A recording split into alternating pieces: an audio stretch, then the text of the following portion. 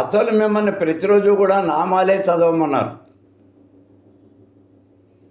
మీరు నామాలే చదవండి అన్నారు. శ్రీమాత్రే నమః, శ్రీ మహారాజ్ఞే నమః, శ్రీమత్ సింహాసనేశ్వరి నమః, చిరంగ్నికుండ సంభూతాయ నమః, దేవకార్య సముజ్యతాయ నమః. ఇలాగే చదవమన్నారు.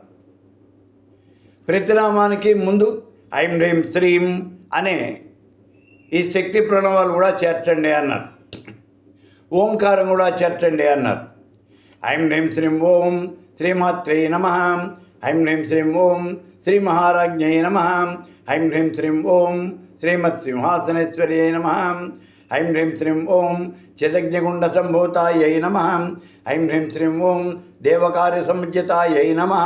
ఈ రకంగా మీరు చదువుకుంటూ వెళ్ళండి అన్నారు. అయితే నామాలు గనక చదివినట్లయితే మనకి సమయం ఎక్కువ పడుతుంది. అందుకని ఈ నామాలు మనం చదవం. నామాలే కాదు, ఆ నామాల ముందు ఐం హ్రీం శ్రీం ఓం ఈ 4 అక్షరాలు కనుక చేర్చినట్లయితే ఇంకా సమయం పడుతుంది. మామూలుగా లలితా శాస్త్రం పారాయణ చేయాలి అంటే బాగా నోరు తిరిగినటువంటి వాడికి మహా అయితే 10 నిమిషాలు, అంతకన్నా ఎక్కువ సమయం పట్టదు. అయితే తాపీగా చదువుతామండి.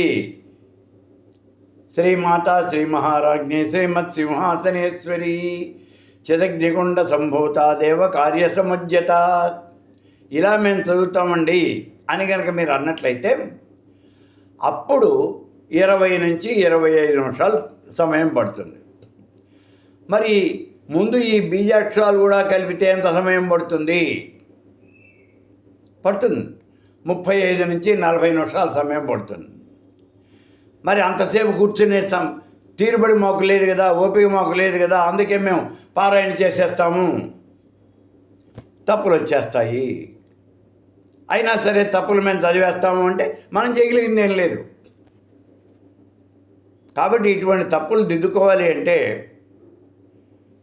మీరు లలితా శాస్త్రం పారాయణ చేస్తూ ఉన్నప్పుడు దాంతోపాటుగా ఈ నామాలు కూడా వారానికి ఒక్కసారన్నా మీరు నామాలు చదవండి. ప్రతిరోజు లలితా శాస్త్రమే పారాయణ చేయండి, వద్దల్లా. ఒక శుక్రవారం పెట్టుకోండి.